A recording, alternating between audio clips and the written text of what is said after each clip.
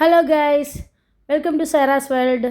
അപ്പോൾ നമ്മുടെ പുതിയ വീഡിയോയിലേക്ക് എല്ലാവർക്കും സ്വാഗതം. അപ്പോൾ ഞാനിന്ന് വന്നിട്ടുള്ളത് ഈസ്റ്റ് ഭാഗത്തുള്ളൊരു ജെട്ടിയിലാണ്, സൗത്ത് ജെട്ടിയിലാണ്.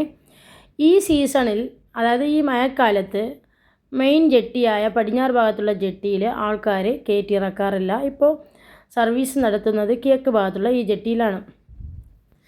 ഈ സ്ഥലത്തെ അറിയപ്പെടുന്നത് ശാലിന ആറെന്നാണ് നമ്മുടെ നാട്ടിൽ വിളിക്കാറുള്ളത്. ഇപ്പോൾ അധികം ആൾക്കാരൊന്നും ഈ ജെട്ടിയിലില്ല, കാരണം ഇപ്പോൾ ഷിപ്പിൻ്റെ സമയമല്ലല്ലോ. അങ്ങനെ ആകുമ്പോൾ ആൾക്കാരൊന്നും അധികം കാണത്തില്ല. ഞങ്ങൾ വരുമ്പോഴത്തേക്ക് തന്നെ ആരും ഇല്ലായിരുന്നു ഇവിടെ. ഇപ്പോൾ ആണെങ്കിൽ കാലാവസ്ഥ ചേഞ്ചായി വന്നിട്ടുണ്ട്, മഴക്കാർ വന്നു തുടങ്ങി. ഏകദേശം സമയം 6 മണിയോട് അടുത്തു. പിന്നെ ഞങ്ങളവിടെ കുറേ സമയം ഉണ്ടായിരുന്നു. അപ്പോൾ ഈ സീസണിൽ ഞാൻ പറഞ്ഞിട്ടില്ല, ആൾക്കാരെ കയറ്റി ഇറക്കുന്നത് ഈ വള്ളങ്ങളിലാണ്. ഇതിനെ ഞങ്ങൾ പറയുന്നത് കൊന്തിളങ്ങ് എന്നാണ്. ഇതാണ് നമ്മുടെ ജെട്ടിയുടെ എൻഡ്. അധികം ആഴമൊന്നുമില്ല ഈ സ്ഥലത്ത്. നമുക്ക് കുളിക്കാൻ പറ്റിയ നല്ലൊരു സൈഡാണ്, കടലാണ്. അടിഭാഗമൊക്കെ നമുക്ക് കാണാൻ പറ്റും. നല്ലൊരു ബ്ലൂ സീ ആണ്. പിന്നെ ഈ കൊന്തിളങ്ങുണ്ടല്ലോ, ഇത് അവർ ആവശ്യത്തിന് ഇറക്കിയിട്ട് തിരിച്ച് അതേപോലെ തന്നെ ആവശ്യം കഴിഞ്ഞാൽ കയറ്റി വെക്കാറുണ്ട്. ഇതിന് വേണ്ടിയിട്ട് ഉപയോഗിക്കുന്ന ഔട്ട് ബോർഡാണ്. ഔട്ട് ബോർഡ് 9.9 ഔട്ട് ബോർഡാണ് ഇവർ കൂടുതലും ഉപയോഗിക്കുന്നത് കാണുന്നത്. പിന്നെ കുറേ ബോട്ടൊക്കെ അവിടെ വിട്ടത് കണ്ടോ. അത് ഈ നല്ല ഇപ്പോൾ നമ്മളുടെ മഴക്കാലത്തിൽ തന്നെ ചില ദിവസങ്ങളിൽ മേഘമൊക്കെ ശരിയായി വരുമല്ലോ, അപ്പോൾ ഫിഷിങ്ങിന് വേണ്ടി പോകുന്നുണ്ട് ആ ബോട്ട്. അപ്പോൾ നമുക്ക് ഫ്രഷ് മീനൊക്കെ കിട്ടുന്നത് കൂടുതലും ലക്ഷദ്വീപിൽ, കേരളത്തിൽ നിന്നൊന്നും ഫിഷ് കൊണ്ടുവരാറില്ലല്ലോ. ഇവിടുത്തെ ഫ്രഷ് ഫിഷല്ലേ കിട്ടാറുള്ളത്. കൂടുതൽ ആൾക്കാരും അതുപോലെ തന്നെ ഈ സീസണ് വല വിട്ടാണ് മീൻ പിടിക്കാറുള്ളത്. പിന്നെ അവിടെ നിന്ന് ഞങ്ങൾ തിരിച്ചു തെക്കോട്ട്. ഇപ്പോൾ നമ്മൾ നമ്മുടെ നാടിൻ്റെ സൗത്ത് എൻഡിലേക്ക് പോയിക്കൊണ്ടിരിക്കുകയാണ്. നല്ല കാറ്റുണ്ട്. അധികം ആൾക്കാരൊന്നും ഇന്നില്ല, അല്ലെങ്കിൽ കൂടുതൽ ആൾക്കാരെ നമുക്ക് കണ്ടേനെ. പണ്ട് ഇവിടെ നല്ലൊരു ടൂറിസം ഉണ്ടായിരുന്നു. ഇപ്പോൾ അതൊക്കെ പൂട്ടിയിരിക്കുകയാണ്. ആ കാണുന്നത് വാട്ടർ ടാങ്കാണ്. ഈ വാട്ടർ ടാങ്ക് ഈ അടുത്ത കാലത്ത് ഉണ്ടാക്കിയെന്ന് തോന്നുന്നു. മുമ്പ് ഇത് ഇല്ലായിരുന്നു, ഇപ്പോൾ ഈ അടുത്ത് ഉണ്ടാക്കിയതാണ്. ഇപ്പോൾ ജനങ്ങൾ കൂടുതലും ആൾക്കാരൊക്കെ പെരുന്നാളിനും പിന്നെ ഫ്രീ ടൈമുകളൊക്കെ പോയി അവിടെ ഇരുന്ന് ഇങ്ങനെ സമയമൊക്കെ സ്പെൻഡ് ചെയ്യാറുണ്ട്. അതിന് വേണ്ടിയിട്ടാണ് ഇപ്പോൾ കൂടുതലും ഉപയോഗിക്കുന്നത്. പിന്നെ ആ കാണുന്ന ഭാഗം ഉണ്ടല്ലോ, അത് സോളാർ പവർ പ്ലാന്റ് ആയിരുന്നു. അതും അടച്ചു പൂട്ടിയിരിക്കുകയാണ്. ലക്ഷദ്വീപിലെ ഏറ്റവും വലിയ സോളാർ പവർ പ്ലാന്റ് ഉള്ളത് കഡ്മത്ത് ദ്വീപിലായിരുന്നു. ഇപ്പോൾ അത് പ്രവർത്തിക്കുന്നില്ലെന്നാണ് എനിക്ക് തോന്നുന്നത്. അവിടെ ഇപ്പോൾ ആൾക്കാരെയൊന്നും കാണാൻ പറ്റുന്നില്ല. ഇതാണ് നമ്മുടെ ടൂറിസ്റ്റ് ഹട്ട്, അതിൻ്റെ ഗേറ്റാണ്. നമ്മളിപ്പോൾ അതിലേക്ക് കയറാൻ പോവുകയാണ്. നല്ല അടിപൊളിയായിരുന്നു. പണ്ട് ഇഷ്ടം പോലെ വിദേശികളൊക്കെ വന്നിട്ടുള്ള സ്ഥലമാണ്. നല്ല നല്ല ഫുഡൊക്കെ ഇവിടെ നിന്ന് പണ്ട് കിട്ടുമായിരുന്നു. ഞാൻ വന്നിട്ടുണ്ട്. എൻ്റെ ഒരു മാമൻ ഇവിടെ ഏജിയമായിരുന്നു, പിന്നെ ഒരു മാമൻ ഡ്രൈവറായിരുന്നു. അപ്പോൾ ഞങ്ങളൊക്കെ ഇവിടെ പലപ്പോഴും നമുക്ക് കുടുംബസമേതം പിക്നിക്കിനൊക്കെ വരുമ്പോൾ നമ്മൾ വരാറുണ്ടായിരുന്നു. അതുപോലെ തന്നെ നമ്മുടെ നാട്ടിൽ ഇപ്പം സ്കൂളുണ്ടായാലും നേഴ്സറി ഉണ്ടായാലും ഇവിടെ നിന്ന് പിക്നിക്കും അതുപോലെ തന്നെ പെരുന്നാളിന് ആൾക്കാർ ഇവിടെയാണ് വരാറുള്ളത്. ഇവിടെ പിന്നെ ദ്വീപിൽ പ്രത്യേകിച്ച് കാണാൻ പറ്റിയ വലിയ വലിയ മാളുകളൊന്നും ഇല്ലല്ലോ. ഞങ്ങൾക്ക് ഈ ബീച്ചും ഈ കാണുന്ന റിസോർട്ട് പോലെയുള്ള ഈ ഹട്ടുകളും മാത്രമേ ഉള്ളൂ. ഇതാണ് നമ്മുടെ ഹെലിപ്പാഡ്. ഇവിടെ ഇടയ്ക്ക് ഇങ്ങനെ എയർ ആംബുലൻസൊക്കെ വരാറുണ്ട്.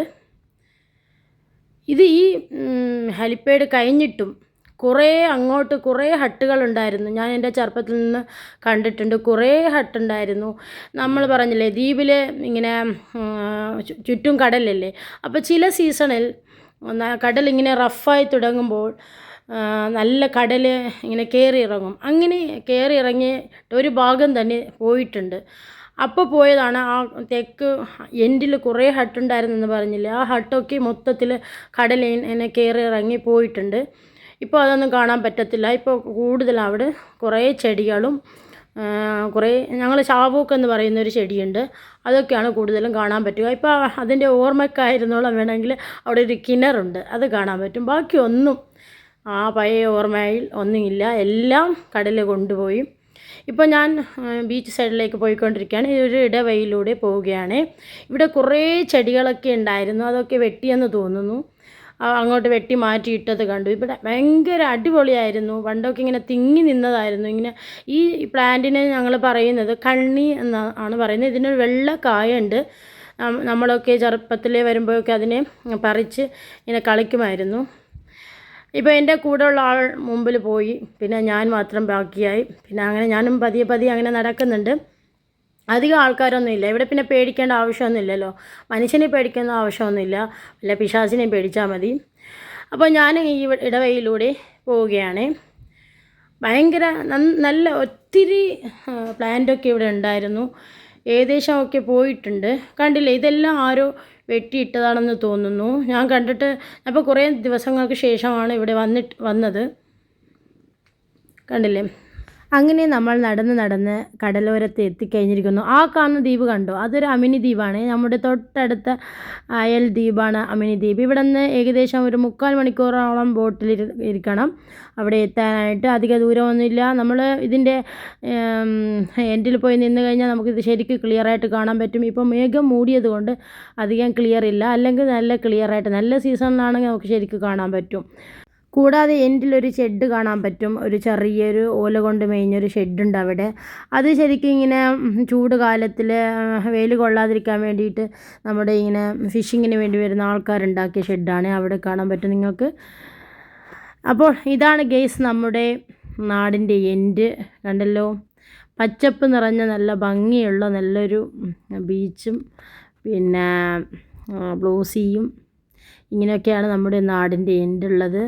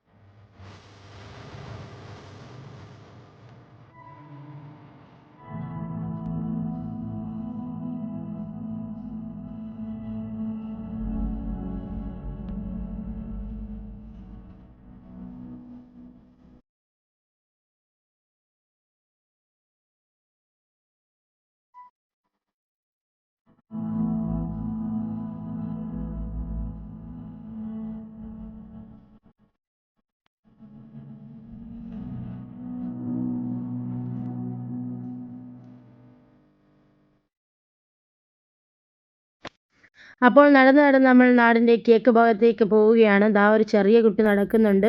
അധികം ആൾക്കാരില്ല, കുറച്ച് ആൾക്കാരെ ഞാൻ കണ്ടിട്ടുള്ളൂ. ഇതാണ് എൻ്റെ നാടിൻ്റെ എൻഡിൽ നിന്നുള്ള വ്യൂ. കണ്ടല്ലോ, ഞാൻ പറഞ്ഞ ഷെഡും കൂടി കാണുന്നുണ്ട്. അപ്പോൾ നമ്മൾ അടുത്തത് കിഴക്ക് ഭാഗത്തേക്കായിട്ട് പോവുകയാണ്.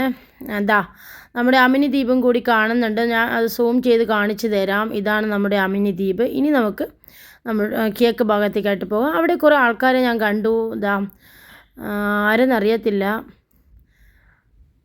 പിന്നെ അവിടെയും കുറേ 2-3 പേരെ കാണാൻ പറ്റുന്നുണ്ട്. നമ്മുടെ ഈ മണലുണ്ടല്ലോ ചേഞ്ച് ആയിക്കൊണ്ടിരിക്കുകയാണ് കാലാവസ്ഥക്കനുസരിച്ചിട്ട്. ഇതിൻ്റെ നാടിൻ്റെ എൻഡ് ഭാഗം ഒരിക്കൽ കിഴക്ക് ഭാഗത്തേക്ക് പോകുമ്പോൾ മറ്റൊരു കാണാം. സീസണൊക്കെ മാറുമ്പോഴത്തേക്കും പടിഞ്ഞാറോട്ട് കാണാം. അങ്ങനെ ഇത് ചേഞ്ച് ആയിക്കൊണ്ടിരിക്കുകയാണ്. ശരിക്കും പറഞ്ഞു കഴിഞ്ഞാൽ നാടിന് എൻഡിനൊരു സ്ഥിരതയില്ലെന്ന് വേണം പറയാനായിട്ട്. അടിപൊളി നല്ല ട്രാൻസ്പെറൻ്റ് ആയിട്ടുള്ള കടലാണ്. താഴെ നന്നായിട്ട് നമുക്ക് കാണാം. നമുക്ക് ഇറങ്ങി കുളിക്കാം. ഇവിടെ അടിപൊളിയാണ്. കിഴക്ക് ഭാഗത്തേക്ക് ഞാൻ ആദ്യം കരുതി ഇറങ്ങിയാൽ ഇങ്ങനെ ആയം ഉണ്ടെന്ന് കരുതി. പക്ഷേ വല കൊണ്ട് വന്ന ആൾക്കാരിങ്ങനെ പോകുന്നത് കണ്ടു. അപ്പോൾ എനിക്ക് എന്തായാലും ഉറപ്പായി ഇറങ്ങാൻ പറ്റും. പിന്നെ ഞാനൊന്നും ഇറങ്ങിയിട്ടില്ല. അടിപൊളി മണലാണ്.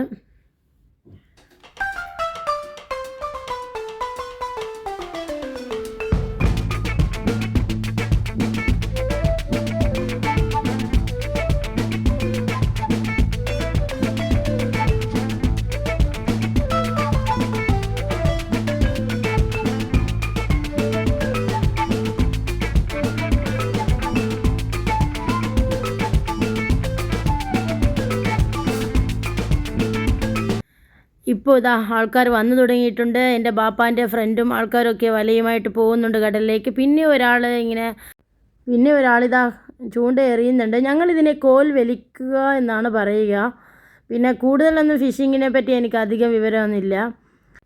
പിന്നെ ഞങ്ങൾ തിരിഞ്ഞ് നടക്കാൻ തുടങ്ങി. അങ്ങനെ നടന്നു പോകുന്നുണ്ട്. ഞാനിപ്പോൾ ഒരു ഭാഗം കാണിച്ചു തരാം. ഇതാ അവിടെ വേറെ ആൾക്കാരുണ്ട്. ഞാൻ പറഞ്ഞ ഈ ഭാഗം ഇതാണ്. ഞാൻ പറഞ്ഞിട്ടില്ലേ കുറേ ഹട്ടൊക്കെ പോയിട്ടുണ്ടെന്ന്. എന്താ ഈ ഭാഗത്തുള്ള ഹട്ടൊക്കെയാണ് കടൽ വന്ന് കൊണ്ടുപോയിട്ടുള്ളത്. ശരിക്കും അടിപൊളിയായിരുന്നു. ആ ഹട്ട് കടൽ കൊണ്ടുപോയി. ഇനി പറഞ്ഞിട്ട് കാര്യമില്ലല്ലോ.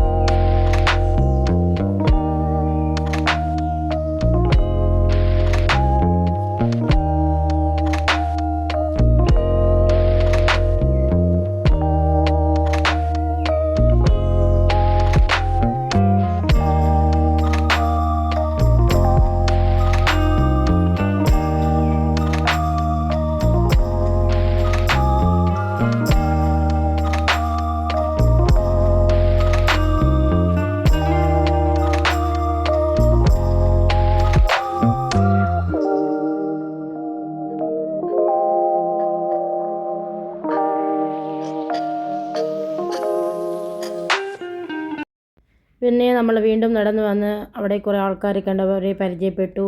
അവരോ മലയാളീസാണ്, നാട് കാണാൻ വേണ്ടി വന്നതാണ്. പിന്നെ ഇവിടെ കുറേ പേര് ഇരിപ്പുണ്ട്, എനിക്കറിയാവുന്ന ആൾക്കാരാണ്. ഇതൊരു ടീച്ചറാണ്. അപ്പോൾ അവരോട് ഞാൻ സംസാരിച്ചിട്ട് പിന്നെ ഇവിടെ എൻ്റെ അനിയൻ്റെ ഒരു ഫ്രണ്ട് കൂടി നിൽപ്പുണ്ടായിരുന്നു. അപ്പോൾ അവരൊക്കെ ഒരു ഹായ് പറഞ്ഞു. പിന്നെ ഞങ്ങൾ ബൈക്കെടുത്ത് പിന്നെ തിരിച്ചു. അവരും കുട്ടികളും എല്ലാവരും ഉണ്ട്. അങ്ങനെ നമ്മൾ അടുത്ത സ്ഥലം കാണാൻ വേണ്ടി പോവുകയാണ്. അത് വേറെ എല്ലാ ഫാമിലി ഹട്ട് ലക്ഷ്യമാക്കി നമ്മൾ തിരിക്കുകയാണ്. അടുത്തത് നമുക്ക് അവിടെ പോയിട്ട് ബാക്കി വിശേഷങ്ങളൊക്കെ കാണാം.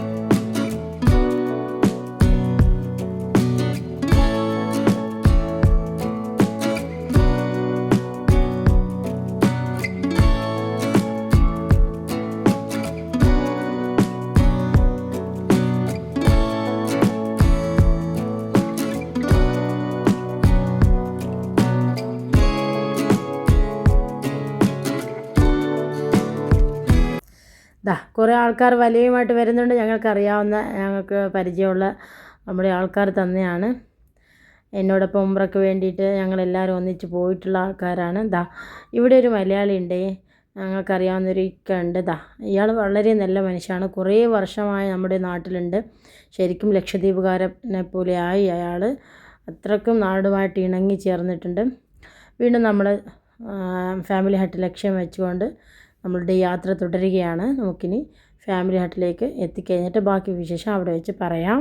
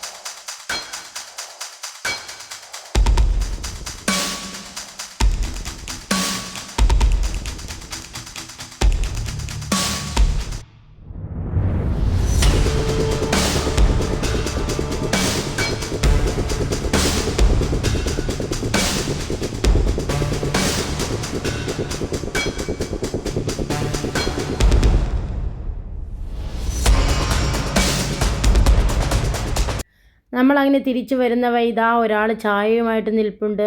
എന്തായാലും ഒരു ചായ കുടിച്ചാൽ കളയാമെന്ന് കരുതി. കാരണം കുറേ സമയമായിട്ടില്ലേ കറങ്ങി നടക്കാൻ തുടങ്ങിയിട്ട്. ഇവിടെ നിന്ന് ഒരു ഗ്ലാസ് ചായ കിട്ടിയിട്ടില്ല. പിന്നെ നമ്മൾ അവിടെ വരുന്ന നോക്കുമ്പോഴത്തേക്കും സ്നാക്സിനൊക്കെ തീരുമാനമായിട്ടുണ്ട്. ആകെ ഒരു രണ്ട് കട്ട്ലേറ്റ് കിട്ടിയിട്ടുള്ളൂ. അപ്പോൾ പറയുകയാണ് ഏകദേശം എല്ലാം കഴിഞ്ഞു. പിന്നെ നമ്മൾ അത് വാങ്ങി തിന്നിട്ട് വീണ്ടും നമ്മൾ പോവുകയാണ്. അപ്പോൾ നമ്മൾ പരിചയപ്പെട്ട കുറേ ആൾക്കാരെ കണ്ടു. അവർ നമ്മളോട് സംസാരിച്ചു. അങ്ങനെ നമ്മൾ തിരിച്ചു പോവുകയാണ് വീണ്ടും. ഇതാണ് ഗൈസ് ഞാൻ പറഞ്ഞ ഫാമിലി ഹട്ട്. ഇപ്പോൾ ഇവിടെയും ശരിക്കും പറഞ്ഞാൽ ആരുമില്ല. ആളൊഴിഞ്ഞ വീട് പോലെ ആയിരിക്കുകയാണ്. ഇതൊക്കെ ഇങ്ങനെ ആരെങ്കിലുമായിട്ട് കയറി വരും. നാട്ടുകാരൊക്കെ കയറി വന്ന് ഇരുന്ന് സംസാരിച്ചിട്ടും ഇങ്ങനെ ഫ്രീ ടൈമിൽ ഇങ്ങനെ വന്നിരുന്ന് പോവും. അത്രയൊക്കെ ഉള്ളൂ. ഇവിടെ ഇപ്പോൾ ഒന്നും നടത്തുന്നില്ല. പണ്ടൊക്കെ ടൂറിസ്റ്റുകാർ വരുമ്പോൾ ടൂറിസമുള്ള സമയത്ത് ആൾക്കാർക്ക് വേണ്ടി ഇത് ഓപ്പൺ ചെയ്തിട്ടുണ്ടായിരുന്നു. അത് കഴിഞ്ഞ് വീണ്ടും ഇത് അടച്ചു കഴിഞ്ഞിട്ട് കുറേ ആൾക്കാർ ഇത് ഹോട്ടലായിട്ട് പ്രവർത്തിക്കുന്നുണ്ടായിരുന്നു. ഇപ്പോൾ അതുകൂടി ഇല്ല. ഇങ്ങനെ വെറുതെ വിട്ടിരിക്കുകയാണ് ഈ കെട്ടിടം. പിന്നെ നല്ലൊരു ശരിക്കും പറഞ്ഞാൽ നല്ലൊരു വ്യൂ ഉണ്ടായിരുന്നു. കടൽപ്പുറമൊക്കെ നമുക്ക് കാണാം. ഇവിടെ ഇരുന്നിട്ട് ഊഞ്ഞാലും ഇരിക്കാൻ ഒത്തിരി സ്ഥലമൊക്കെ ഉണ്ടായിരുന്നു. പിന്നെ അവിടെ നിന്ന് നമ്മൾ എന്തായാലും ഇനി കടലിലേക്ക് ഇറങ്ങാമെന്ന് കരുതി ഞാൻ ഇറങ്ങി. ഇവിടെ പിരിന്ത് കിട്ടും. ഞങ്ങളുടെ ഭാഷയിൽ നിങ്ങളുടെ ഭാഷയിൽ പിരിന്തിന് എന്ത് പറയുന്നത് എനിക്കറിയത്തില്ല. ഞങ്ങളിതിന് പിരിന്തെന്ന് പറയും. ഇവിടെ അധികമുണ്ട്, കുറേ പിരിന്തുണ്ട്. അപ്പോൾ പിന്നെ ഞാനത് കുറച്ചെടുക്കാമെന്ന് കരുതി അങ്ങനെ ഞാൻ കടലിലേക്ക് ഇറങ്ങുകയാണ്.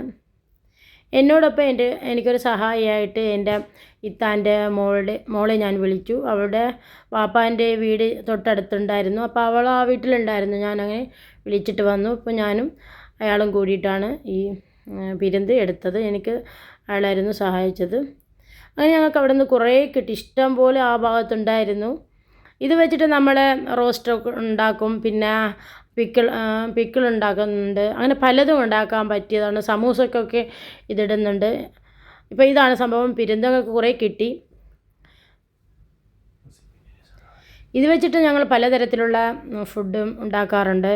നമ്മൾ ഇത് വെച്ചിട്ട് ബിരിയാണി ഉണ്ടാക്കുന്നവരുണ്ട്, അല്ലെങ്കിൽ പിരുന്ത് റോസ്റ്റ് ഉണ്ട്, പിക്കിളാക്കുന്നവരുണ്ട്, ഇങ്ങനെയൊക്കെ ചെയ്യും.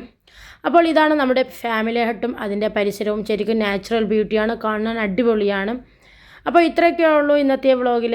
എല്ലാവരും ഒന്ന് എൻ്റെ ചാനൽ കയറി നമ്മുടെ വീഡിയോസൊക്കെ കാണുക, ഷെയർ ചെയ്യുക, സബ്സ്ക്രൈബ് ചെയ്യുക, സപ്പോർട്ട് ചെയ്യുക. നിങ്ങളുടെ ഫാമിലിക്കും ഫ്രണ്ട്സിനും ഒക്കെ ഷെയർ ചെയ്ത് കൊടുക്കുക. അതുപോലെ തന്നെ ഹൈപ്പ് ചെയ്യാൻ മറക്കരുതേ.